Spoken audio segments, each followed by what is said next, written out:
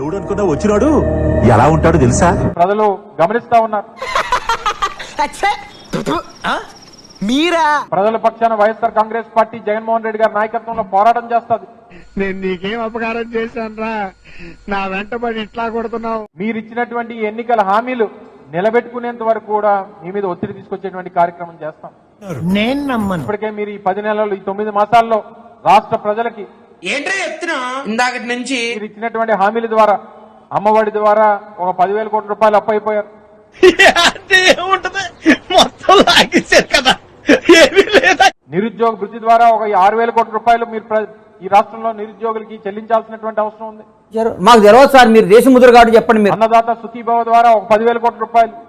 ఓన్లేరా నేను మాత్రం original sir ఇక 18 సంవత్సరాల నుంచి 59 సంవత్సరాలు నిన్నటువంటి మహిళలకి 1,500 రూపాయలు చెప్పని నెలకిస్తామని చెప్పారు. భయ్యా భయ్యా నీకు షుగర్ ఉందా భయ్యా? అవును, నీకెలా తెలుసు? వచ్చాగట్లేదు కదా అందుకు. నాకు తెలిసి ఈ రాష్ట్రంలో 18 సంవత్సరాలు నిన్నటువంటి మహిళలు దాదాపు 2 కోట్ల మంది ఉన్నారు. ఇంట్లో చదివిన వాళ్ళు పెద్ద పెద్ద ఇంజనీర్లు, పెద్ద పెద్ద డాక్టర్లు అయినరు. చదవనోళ్ళు ఇగో ఇలా 18 సంవత్సరాల నుంచి 59 సంవత్సరాలు పోనీ అలా తీసుకున్నా పోనీ 1,75,00,000 నుంచి 1,80,00,000 మంది ఉన్నారు.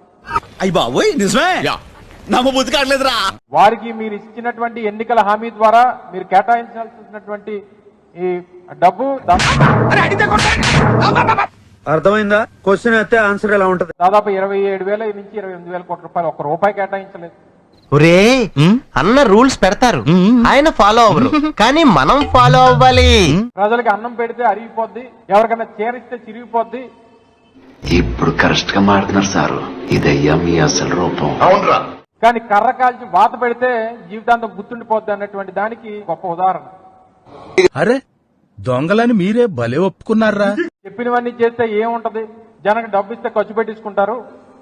నికృష్టుడా, దరిద్రుడా, అమావాసోడు పుట్టినోడా, పాపంరా, నీకు ఆ చదివే లేదురా. తిండి పెడితే అరిగిపోద్ది. ఇంతకాడికి వచ్చే పోయే నలుగురు దగ్గర ఒంటెలు తాగినా బెటర్ కదరా. ఏం జన్మరా మీది? ఏదైనా ఇచ్చిన మాట నిలబెట్టుకోకపోతే మోసగాడి కింద మనం మిగిలిపోతాం, జీవితాంతం గుర్తుండిపోతాం అని చెప్పి ప్రజలకి బుద్ధి వచ్చేటువంటి విధంగా ఏం చదవటం సార్? చెప్పు తీసుకొట్టండి సార్. ఇప్పుడు ఏం చేశారు, హలో ఏపీ కూటమి పెట్టింది టోపీ. ముందు వాడికి కాదు వీడికి బాంబు లగాదేంగే. ఇది మరి ఎవరు చెప్తారో, ఎవరితో చెప్పించుకుంటారో, ప్రజలు అనుకున్నటువంటి మాట ఇది.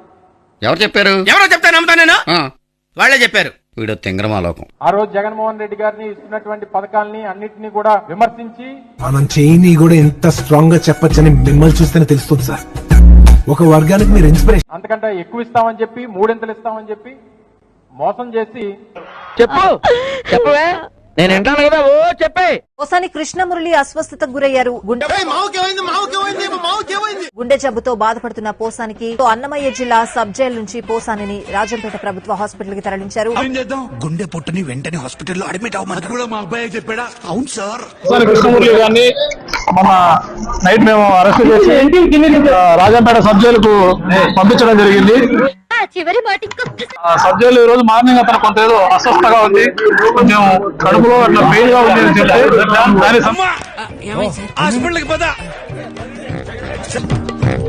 పరీక్షలన్నీ కూడా నిర్వహించడం జరిగింది.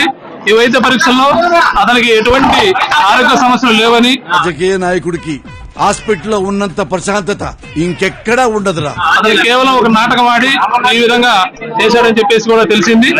నువ్వు ఇంతకు మించి దిగజారవన్న ప్రతిసారి యు ప్రూవ్ మీ రాంగ్. కాబట్టి అతనికి ఎటువంటి ఆరోగ్య సమస్యలు లేవు, పూర్తి ఫిట్ గా ఉన్నాడు ఆరోగ్యంగా. కాబట్టి ఇది రాజకీయం అంటే మనకైతే ఎటువంటి ఆరోగ్య సమస్యలు లేవు. ఎవరు చూడలేదు కదా, కోళ్ల పందాలు చూసినట్టు చూస్తున్నారు. అతనికి సంబంధించి హార్ట్ కు రక్త పరీక్షలు, ఈసీజీ, స్టమక్ అన్ని పరీక్షలు కూడా చేయడం జరిగింది. వీళ్ళు మారే మార్గమే లేదన్నా. అంత గమ్మున మారరా? చూడటం కాదండి, మీరు చెయ్యాలంతే.